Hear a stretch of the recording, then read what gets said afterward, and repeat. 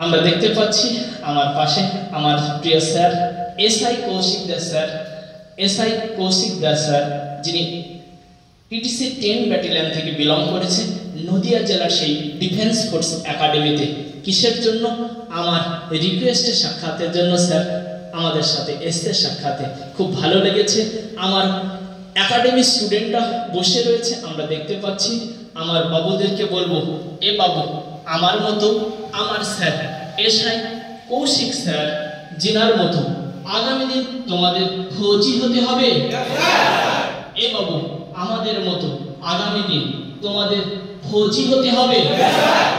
গরিব বাবা মাকে আর্থিক স্বাবলম্বন করবার জন্য তোমার শরীরে খাকি পরিধান করতে হবে। ফৌজি বানোগে, ফৌজি বানোগে। এ বাবু, আমাদের মতো ফৌজি হতে হবে। বৃদ্ধ বাবা মাকে আর্থিক স্বাবলম্বন করবার জন্য আজ তোমায় ফৌজি হতে